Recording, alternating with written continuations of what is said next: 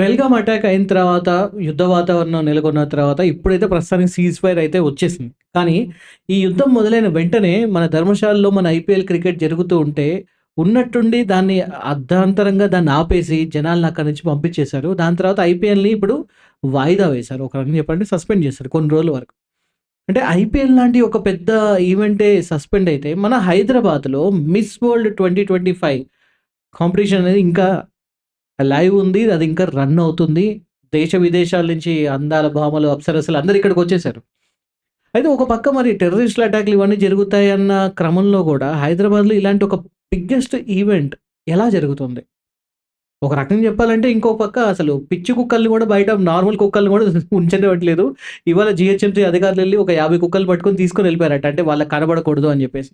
అంటే ఎలా జరుగుతుంది? దీని గురించి ఒకసారి మనం చర్చించే ప్రయత్నం చేద్దాం. నమస్తే, నేను మీ పవన్ కృష్ణ. మీరు చూస్తున్న స్క్వేర్ టాక్స్ అండ్ దీని గురించి ఇవాళ మనతో పాటు చర్చించడానికి స్టూడియోలో ఉన్నారు జయసింహ గారు, సీనియర్ జర్నలిస్ట్. నమస్కారం సార్. నమస్తే. సార్, ఈ ఈ విషయం ఒకసారి నాకు అంతగా అర్థం కాలేదు. అంటే ఐపీఎల్ లాంటి మెగా ఈవెంట్ ఎన్నో కోట్లను తీసుకొచ్చి పెడుతుంది. దాన్ని క్యాన్సిల్ చేశారు. కానీ మిస్ వరల్డ్ మాత్రం మన హైదరాబాద్‌లో తాపీగా జరుగుతుంది. ఎలా? ఐపీఎల్‌కి, మిస్ వరల్డ్‌కి ఒక డిఫరెన్స్ ఏంటంటే, ఐపీఎల్ అనేది మన డొమెస్టిక్ ఈవెంట్.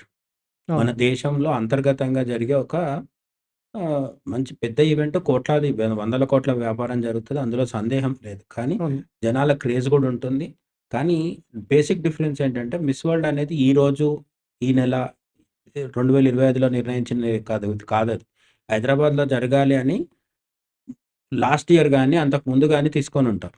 ఓకే. అవును. నిర్ణయం. ఇప్పుడు క్రికెట్ వరల్డ్ కప్ అయినా, ఒలింపిక్స్ అయినా, ఒలింపిక్స్ కూడా అంతే. ఫుట్బాల్ ఫిఫా వరల్డ్ కప్ అయినా ఇవన్నీ ఎప్పుడు తీసుకుంటారు? చాలా అడ్వాన్స్డ్‌గా నిర్ణయం తీసుకొని తర్వాత అక్కడ ఏర్పాటు చేస్తారు.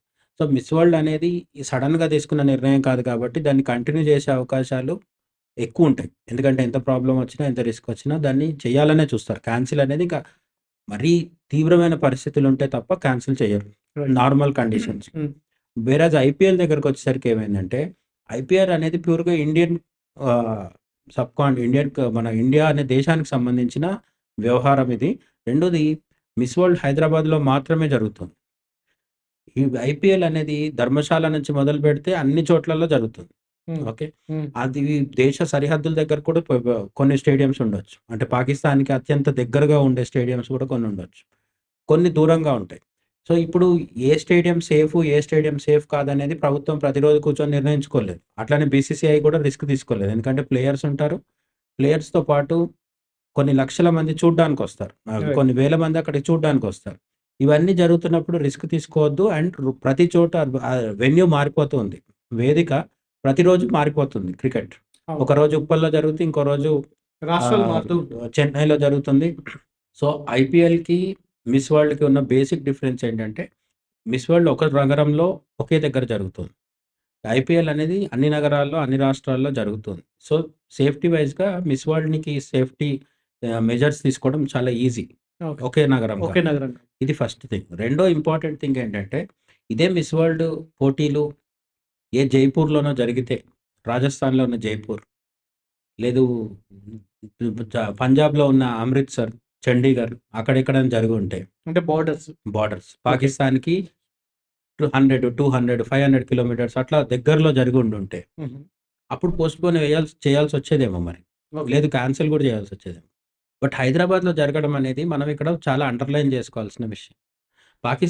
హైదరాబాద్‌లో జేయడం వల్ల జరిగిందేంటంటే, మనం పాకిస్తాన్‌కి చాలా దూరంలో ఉన్నాం. అవును. ఓకే. అండ్ హైదరాబాద్‌కి ఎటువైపు గూడా సీ పోర్ట్ అనేది లేదు. రైట్. ఓకే. ఇప్పుడు వైజాగ్ మీద దాడి జేయాలి అనుకుంటే, పాకిస్తాన్ నేవీకి కొంత అవకాశం ఉంది. ముంబై, లేకపోతే తిరువనంతపురం, రామేశ్వరం, చెన్నై అండ్ ఆహ్, తీర వైజాగ్, ప్రాంతాల్లో. వైజాగ్, కోల్‌కతా ఈ నగరాలన్నీ సముద్ర తీరంలో ఉన్నాయి కాబట్టి, ఏ దేశమైనా సరే, China or Pakistan, even Bangladesh, వీళ్ళు బంగ్లాదేశ్. మనల్ని టార్గెట్ చేసే అవకాశం ఉంది నేవీతో. ఆహ్, బార్డర్ దగ్గర అంటే పాకిస్తాన్‌తో, చైనాతో మనకు బార్డర్స్ ఉన్న దేశాలేంటి? అరుణాచల్ ప్రదేశ్, అస్సాం, లేకపోతే జమ్మూ కాశ్మీర్, పంజాబ్, రాజస్థాన్, గుజరాత్ ఇవన్నీ భూమి కలిసుంది చైనాతో, పాకిస్తాన్‌తో. అవును. సో, అప్పుడు ఆర్మ్డ్ ఫోర్సెస్ అంటే ఆర్మీ, చైనీస్ ఆర్మీ గాని, ఇప్పుడు గల్వాన్ లోయలో జరిగింది అదే కదా! చైనీస్ ఆర్మీ దూసుకొచ్చేసింది మన అవును. దగ్గరికి. అవును. పాకిస్తాన్ జమ్మూ కాశ్మీర్‌లో చేసే వ్యవహారం కూడా అదే. ఎప్పుడు సీజ్ ఫైర్‌లు విరమించినా అంటే ఉల్లంఘించినా సరే జరిగేదేంటి?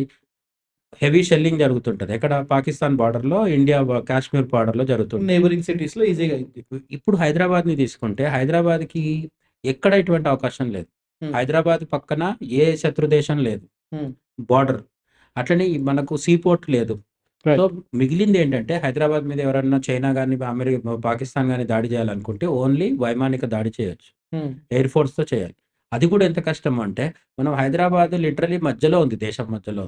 ఓకే. మధ్యప్రదేశ్ అని యాక్చువల్‌గా భోపాల్, ఇండోర్ మధ్యప్రదేశ్ అంటారు గానీ, మనం కల్చరల్‌గా చూసుకున్నప్పుడు హైదరాబాద్ ఏంటి? సౌత్ ఇండియా స్టార్ట్ అయ్యే దగ్గర హైదరాబాద్ ఉంటుంది. అవును. తర్వాతే చెన్నై, బెంగుళూరు అన్నీ వస్తాయి. అవును. అండ్ హైదరాబాద్ దాటి పైకెళ్ళిపోతే ఏంటి? ఛత్తీస్‌గఢ్, మధ్యప్రదేశ్, ఉత్తరప్రదేశ్ వస్తాయి. అంటే మనం నార్త్ ఇండియాకి, సౌత్ ఇండియాకి మధ్యలో ఉన్నాం. వారధిగా ఉన్నాం. అందుకే మన కల్చర్ కూడా ఏంటి? బెంగుళూరు, చెన్నైలో యాంటీ హిందీ సెంటిమెంట్ అవన్నీ కనిపిస్తాయి గానీ, హైదరాబాద్‌లో ఏం కనిపించదు. ఎప్పుడు ఎందుకు అంటే, ఇక్కడ ఉర్దూ ఉంటది, ఇక్కడ దక్కనీ ఉంటది, ఇక్కడ హిందీ ఉంటుంది, ఇక్కడ Gujarati, Malayali, Kannada, okay. Metropolitan culture ఉంటుంది. అండ్ వేరే దేశాల నుంచి వచ్చిన వాళ్ళు కూడా మీరు మిస్ వరల్డ్ లేకున్నా సరే, ఇయర్ మొత్తం ఎంతమంది కనిపిస్తుంటారు మనకు? ఆఫ్రికా నుంచి వచ్చిన బ్లాక్ పీపుల్ కనిపిస్తారు. అమెరికా నుంచి వచ్చినోళ్ళు కనిపిస్తుంటారు. ఇస్కాన్ టెంపుల్స్‌కి పోతుంటే రష్యన్స్ కనిపిస్తారు. అంటే హైదరాబాద్ అనేది ఒక మినీ ఇండియా లాగా అందరూ కలిసి కనిపించే ప్లేస్ మనకి. చాలా సార్లు మనం చూసి నేపాలీలు అనుకునే వాళ్ళు చైనీస్ వాళ్ళు గూడా ఉంటారు. నార్త్ ఈస్టర్న్ పీపుల్ ఉంటారు. ఆ విధంగా ఇండియా మధ్యలో ఉండడం వల్ల హైదరాబాద్‌కి జియోగ్రఫికల్‌గా చాలా ప్లస్ పాయింట్స్ ఉన్నాయి.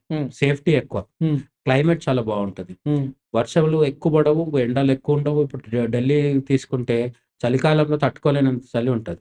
అవును. ఎండాకాలంలో తట్టుకోలేని వేడి గూడా వేడి ఉంటది. కూడా ఉంటుంది. ఎందుకంటే అది ప్లెయిన్స్. అంటే ఏమంటారు? ప్లాట్యూ కాదది. మనది హైదరాబాద్ అనేదేమో డక్కన్ ప్లాట్యూ. ప్లాట్యూ అంటారు. ఆ!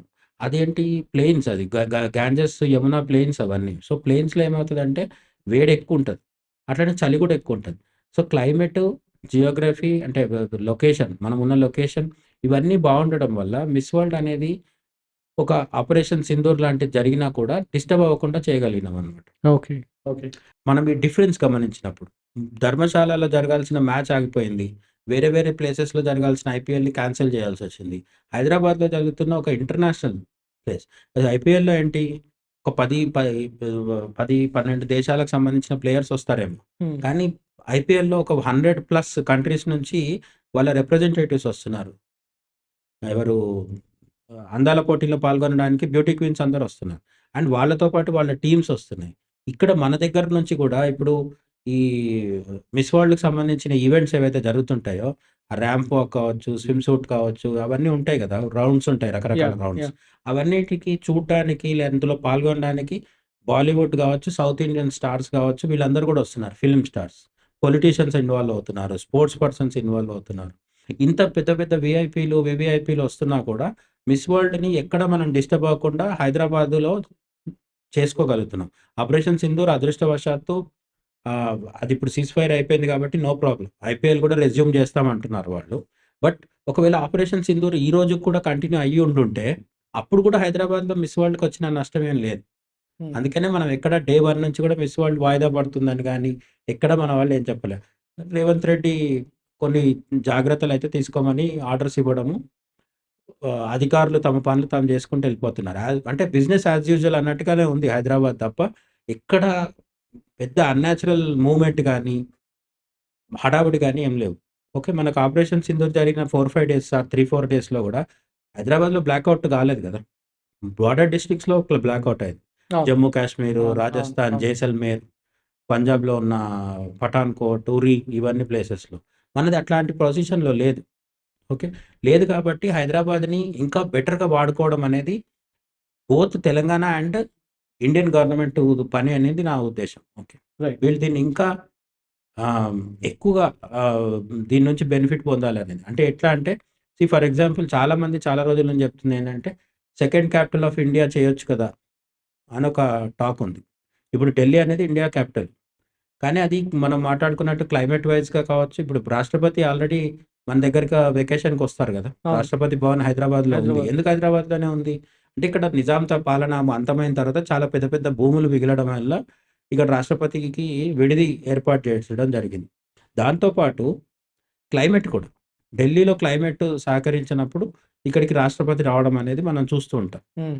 అట్లా ప్రభుత్వాన్ని కూడా అక్కడితో పాటు ఇక్కడ కూడా నుంచి కూడా నిర్వహిస్తే బావుంటదనేది చాలామంది సజెషన్ అనమాట. ఓకే. సో, హైదరాబాద్‌లో సెకండ్ క్యాపిటల్ ఉండడం అంటే ఏంటంటే, ఢిల్లీతో పాటు ఇక్కడి నుంచి కూడా పార్లమెంట్ సెషన్స్ చేయడము, లేకపోతే అక్కడి నుంచి అఫీషియల్ ఇప్పుడు అక్కడ సెక్రటేరియట్ వర్క్ ఉంటుంది కదా! సెంట్రల్ గవర్నమెంట్‌కి కూడా ఒక సెక్రటేరియట్ ఉంటుంది. హ్మ్. అట్లా పీఎంఓ ఉంటుంది. అవన్నీ ఇక్కడ కూడా ఎస్టాబ్లిష్ చేసి ఇక్కడి నుంచి కూడా వర్క్ చేయడం అనేది మంచిది. ఎందుకంటే ఎమర్జెన్సీ టైంలో ఇప్పుడు మన ఆపరేషన్ సింధూర్ అనేది ఒక చిన్న పాటి సైనిక చర్య మాత్రమే. ఫుల్ బ్లోన్ వార్ వస్తే పర్టిక్యులర్‌లీ చైనా నుంచి వస్తే పాకిస్తాన్ అంటే ఓకే.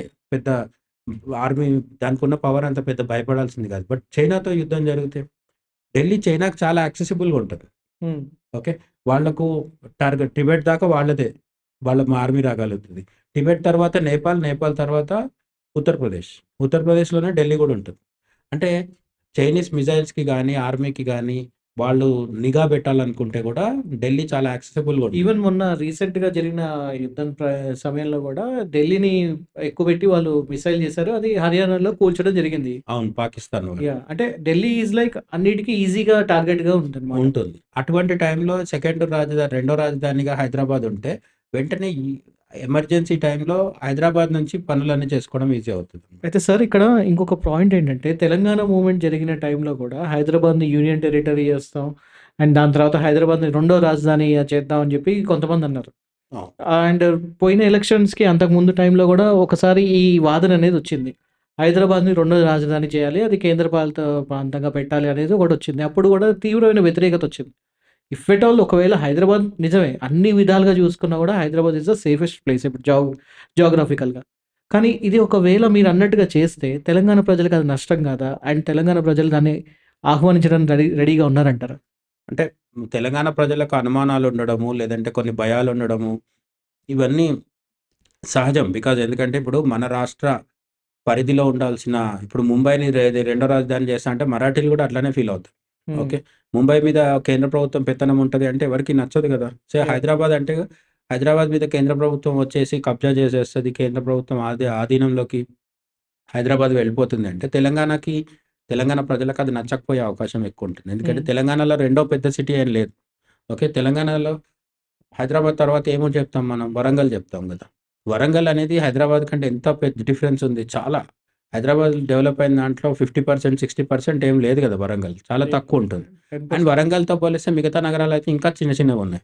కాబట్టి తెలంగాణకి ది వన్ అండ్ ఓన్లీ ఆహ్, రియల్ సిటీ అనుకున్నా లేదా రియల్ సోర్స్ ఆఫ్ ఇన్‌కమ్ అనుకున్నా గూడా హైదరాబాదే. అవును. సో, ఇప్పుడు హైదరాబాద్ నుంచి ఇక్కడ వచ్చే ఇన్‌కమ్‌తోనే మెయిన్‌గా ఇక్కడ నా ఉంటది. సజెషన్ ఏంటంటే, హైదరాబాద్ ఇన్‌కమ్‌ని కేంద్ర ప్రభుత్వం తీసుకోకుండా తెలంగాణ రాష్ట్రానికే హైదరాబాద్ యొక్క రెవెన్యూ చెందుతుంది అని చెప్తే, నాకు తెలిసి హైదరాబాద్ ప్రజలకి ఇంకా వేరే అభ్యంతరాలు ఉంటాయని నేను అనుకోవట్లేదు. పొలిటీషియన్స్ కాదు. ప్రజల గురించి నేను చెప్తున్నా. హ్మ్. పొలిటీషియన్స్‌కి వేరే వేరే ప్రాబ్లమ్స్ కూడా ఉండొచ్చు. ఎందుకంటే హైదరాబాద్‌లో కేంద్ర ప్రభుత్వం వచ్చి కూర్చున్న తర్వాత ఇప్పుడు నడిపిస్తున్న రియల్ ఎస్టేట్ మాఫియా కావచ్చు, రియల్ ఎస్టేట్ దందాలు కావచ్చు, ఇవన్నీ అంత ఈజీ కాకపోవచ్చు. ప్రాబ్లమ్ కావచ్చు. రైట్. అదన్నీ పొలిటీషియన్స్‌కి లేదంటే బిజినెస్ మ్యాన్‌కి ఉండే ప్రాబ్లమ్స్. బట్ ప్రజల దృష్టితో చూసినప్పుడు హైదరాబాద్‌లో సెటిల్ అయిన వాళ్ళు, హైదరాబాద్‌లో ఉన్న ప్రజలు గాని, వ్యాపారస్తులు గాని వీళ్ళందరూ కడితే కోట్లాది వందల కోట్ల రూపాయల టాక్సెస్ ఏవైతే ఉన్నాయో, అవి తెలంగాణకే చెందుతాయని కేంద్ర ప్రభుత్వం చెప్తే నో ప్రాబ్లమ్. ఓకే. ఏం ప్రాబ్లమ్ ఉండదు.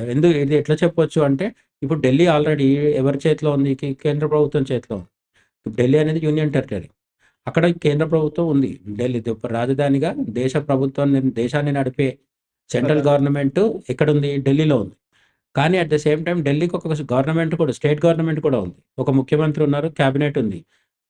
వాళ్ళకి డబ్బులు ఎక్కడి నుంచి వస్తున్నాయి? ఢిల్లీ ప్రజలు కట్టే టాక్సెసే. ఢిల్లీ ప్రజలు కట్టే టాక్సెస్‌ని కేంద్ర ప్రభుత్వం ఏం తీసుకోవట్లేదు. అది ఆ రాష్ట్ర ప్రభుత్వానికే ఇస్తుంది. హ్మ్. మరప్పుడు హైదరాబాద్‌లో వచ్చే టాక్సెస్ తెలంగాణ ప్రభుత్వానికి ఇవ్వడంలో అభ్యంతరం ఏముంటది?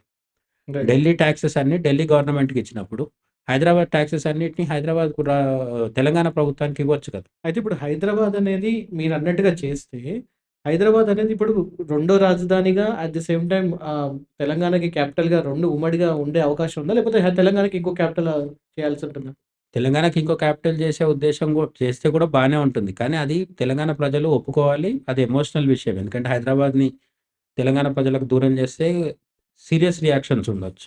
కాబట్టి దానికంటే కూడా నేను చెప్పేదేంటంటే ఇప్పుడు చండీగఢ్ అనేది ఒకటుంది. అది 2 రాష్ట్రాలకి కూడా పంజాబ్ అండ్ హర్యానాకి. హ్మ్. 2 రాష్ట్రాలకి అది రాజధానిగా ఉంటుంది. ఒక్కొక్క దగ్గర ఒక్కొక్క ఏర్పాటు మనం చేసుకోవడాన్ని బట్టి ఉంటుంది తప్ప, రాజ్యాంగంలో గాని ఎక్కడ గూడా ఇది చెయ్యొద్దు అని ఎక్కడా లేదు గదా! So, right. రెండో రాజధానిగా హైదరాబాద్‌ని పెట్టుకున్నప్పుడు హైదరాబాద్ మీద ఎంత అధికారం కేంద్ర ప్రభుత్వానికి ఉండాలి? ఎంత అధికారం రాష్ట్ర ప్రభుత్వానికి ఉండగాలనేది కూర్చొని చర్చించి పార్లమెంట్‌లో బిల్ పాస్ చేస్తే సరిపోతుంది. ఓకే. హైదరాబాద్ మీద హక్కులు మొత్తం అన్నీ తెలంగాణ ప్రభుత్వానికే ఉంటాయి. బట్ ఇక్కడ నుంచి ఆపరేట్ చేయడం మాత్రం సెంట్రల్ ఓన్లీ గవర్నమెంట్ చేస్తది. ఆపరేషన్స్‌కి వరకు మాత్రమే అయితే ఓన్లీ ఆపరేషన్ చేయడం సాధ్యం కాదు అనేవాళ్ళు కూడా కొందరుంటారు. ఎందుకంటే ఏ హక్కు లేకుండా కేంద్ర ప్రభుత్వ పెద్దలు ఇక్కడొచ్చి కూర్చొని పని చేసుకొని వెళ్ళిపోవడం సాధ్యం కాదు గదా! హ్మ్. కాబట్టి కేంద్ర ప్రభుత్వానికి హైదరాబాద్ మీద కొన్ని హక్కులు కావాల్సొస్తుంది రెండో రాజధాని అంటే.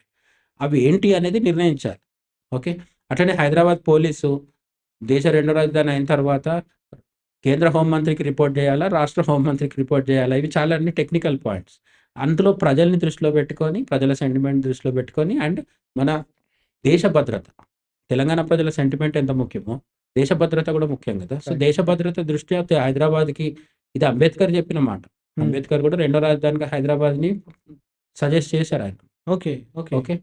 కాబట్టి ఇదేమి ఇంప్రాక్టికల్ కాదు. అయితే కూర్చొని చాలా చర్చించి అందరిని నమ్మకం అంటే అందరిలో నమ్మకం కలిగించాలి.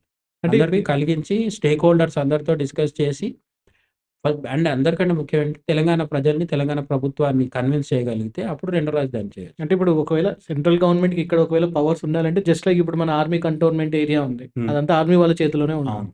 సో, అదే విధంగా సెంట్రల్ గవర్నమెంట్ కూడా ఇక్కడ కొన్ని స్పెషల్ అథారిటీస్ ఉండే అవకాశాలు ఉంటాయంటారు. ఇప్పుడు కంటోన్మెంట్స్‌లో ఆర్మీ చేతిలో ఉన్నప్పటికీ కూడా అక్కడ రోడ్లు, విద్యుత్ దీపాలు ఏదన్నా చిన్న కేస్ అవుతే అక్కడికి పోలీసులు రావడం ఇవేవి ఆగవు కదా! అవును. అవును. కానీ ఆర్మీకి కూడా కొన్ని పవర్స్ ఉంటాయి దాని మీద. పవర్స్ ఉంటాయి. రైట్. అట్లా కేంద్ర ప్రభుత్వం ఇక్కడ నుంచి ఆపరేట్ చేస్తే కేంద్ర ప్రభుత్వానికి ఎంత ఉండాలి హక్కులు? రాష్ట్ర ప్రభుత్వానికి ఏ హక్కులు ఉండాలి? ఇవన్నీ కూర్చొని చర్చించి కన్విన్స్ చేసి దేశ రెండో రాజధానిగా పెడితే బావుంటది. ఇక్కడ అయితే ఇంకొక పాయింట్ ఏంటంటే, మరి హైదరాబాదే ఎందుకు? చెన్నై, బెంగుళూరు ఇంకా తిరువనంతపురం గూడా ఉంది గదా! అంటే నేను అదే చెప్తున్నా. చెన్నై మళ్ళీ సీ పోర్ట్ ఉంది సీ గదా! పోర్ట్ ఉంది. సో, దాడి జరిగే అవకాశం. తిరువనంతపురంకి కూడా అదే ప్రాబ్లమ్. తిరువనంతపురం ఇన్‌ఫ్రాస్ట్రక్చర్ గూడా ఏం పెద్దగా ఉండదు. అది చిన్న నగరం. ఓకే. చెన్నై, హైదరాబాద్ లాంటి పెద్దది గాదు. అది రూల్డ్ ఔట్. హ్మ్. బెంగుళూరుకి అన్ని అవకాశాలున్నాయి. హైదరాబాద్‌కి ఎంత అవకాశం ఉందో బెంగుళూరుకి కూడా అంత అవకాశం ఉంది. కానీ సో, ఇప్పుడు బెంగుళూరు, హైదరాబాద్, పూణే వీట్లాంటి నగరాల మధ్యలో కొంత పోటీ ఉంటుంది. కన్సిడర్ చేసి ఏదైనా బానే ఉంటుంది. వీటన్నిటి హైదరాబాద్ మధ్య బెటర్ ఆపర్చునిటీ హైదరాబాద్‌కి ఎక్కువ ఉంది. హైదరాబాద్ ఎందుకంటే మల్టీకల్చరలిజం ఉంది. ఆహ్, బెంగుళూరు ఇప్పటికే ఓవర్ బర్డెన్ అయిపోయింది పాపులేషన్ వైస్‌గా అవన్నిటి వైస్‌గా. అండ్ అక్కడ యాంటీ హిందీ సెంటిమెంట్ అనేది అంతో ఇంతో ఉంది. రైట్. హైదరాబాద్‌లో అయితే zero. Right. Anti Hindi sentiment individually కొందరికి నచ్చకపోవచ్చు గానీ, ఇన్ జనరల్ ఎప్పుడు హిందీ బోర్డులను తీసుకెళ్ళి బ్లాక్ పెయింట్ చేయడం అవన్నీ చేయలేదు ఇక్కడ. రైట్. అయితే చివరిగా నాకున్న ఒకే ఒక ప్రశ్నతోని ముగిద్దాం. ఫస్ట్ థింగ్ ఏంటంటే మరి అంబేద్కర్ గారు అప్పుడే రిఫర్ చేసినా గూడా ఇంతవరకు మన హైదరాబాద్‌ని రెండో రాజధానిగా ఎందుకు కన్సిడర్ చేయలేదు? అండ్ ఇంకొకటేంటంటే ఇప్పుడున్న ప్రస్తుతమైన పరిస్థితుల్లో అంటే ఇప్పుడు చైనా మధ్య గాని, మనకి పాకిస్తాన్‌తో గాని అంత సత్సంబంధాలు లేవు. చాలా సెన్సిటివ్‌గా ఉన్నాయి. సో, రానున్న రోజుల్లో ఎంత త్వరగా ఇది హైదరాబాద్ ఒకవేళ సెకండ్ రాజధాని అవ్వడానికి అవకాశం ఉంది? మీ అనాలిసిస్ ప్రకారం?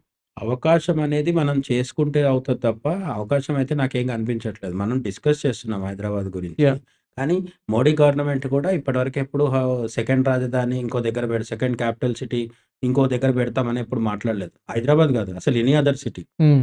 ఢిల్లీ కాకుండా ఇంకో దగ్గర పెడతామనే డిస్కషనే ఇప్పటివరకు లేదు. హ్మ్. ఇది ఎప్పటి నుంచి నెహ్రూ నుంచి మోడీ వరకు ఎవరు చేయలేదు. సో, ఈ ఐడియా అనేది ఇంటలెక్చువల్స్ చెప్పడమే తప్ప ప్రాక్టికల్లీ పొలిటీషియన్స్ ఎప్పుడు పూనుకొని దీనికోసం ప్రయత్నించిన దాఖలాలు లేవు. ఇక ముందట అయితే జరుగుతదా అంటే అది కూడా ఒక సమీప భవిష్యత్తులో నాకైతే కనిపించట్లేదు. రైట్. బట్ మంచి నిర్ణయం తీసుకుంటే బావుంటుంది అని. ఎందుకంటే సౌత్ ఇండియన్స్ కూడా కేంద్ర ప్రభుత్వాన్ని ఓన్ చేసుకోగలుగుతారు. రైట్. ఇప్పుడేంటంటే anti Delhi sentiment, anti Delhi rhetoric ఎక్కువైపోయింది జనాల్లో. హ్మ్. తమిళనాడు, కర్ణాటక, కేరళ రాజకీయాల్లో ఢిల్లీకి వ్యతిరేకమైన ప్రచారాలు, ఆర్భాటము ఇవన్నీ జరుగుతున్నాయి గదా! కొంత ఆ! అది కూడా తగ్గే అవకాశం ఉంది. రైట్. అంటే నార్త్‌కి ఒక క్యాపిటల్ ఉంటుంది. సౌత్‌లో గూడా ఒక క్యాపిటల్ మనకి రెండిటి మధ్యలో వారధిలాగా ఉంటుందని అంటారు. సేఫ్టీ వైస్ గాకుండా పొలిటికల్లీ గూడా ఢిల్లీ హైదరాబాద్ నుంచి కూడా కొంతవరకు ఆపరేట్ చేస్తే, ఆ 2 రాజధానులు ఉన్న రాష్ట్రాలు చాలున్నాయి. ముంబైకి మహారాష్ట్రకి ముంబై అండ్ నాగ్‌పూర్ ఉంటుంది. జమ్మూ కాశ్మీర్‌కి ఉండేది మొన్నటి వరకు ఆర్టికల్ 370 తీయకముందు. అట్లా అదేమి ఇంప్రాక్టికల్ కాదు. రైట్. హైదరాబాద్ నుంచి ఆపరేట్ చేయడం అనేది. Thank you so much sir. ఒక మంచి కాన్సెప్ట్ మీద మీ చక్కటి అనాలిసిస్ అందించినందుకు thank you so much. So viewers అదనమాట. మరి మీకేమనిపిస్తుంది హైదరాబాద్ని రెండో దేశ రాజధానిగా చేస్తే ఎలా ఉంటుంది? ప్రాక్టికల్గా అనిపిస్తుందా, లేకపోతే ఏమన్నా మీకేమైనా డౌట్స్ ఉన్నాయా? తప్పకుండా కామెంట్ సెక్షన్లో తెలియజేస్తారని కోరుకుంటున్నా. Thank you so much for watching. నేను మీ పవన్ కృష్ణ సైనింగ్ ఆఫ్.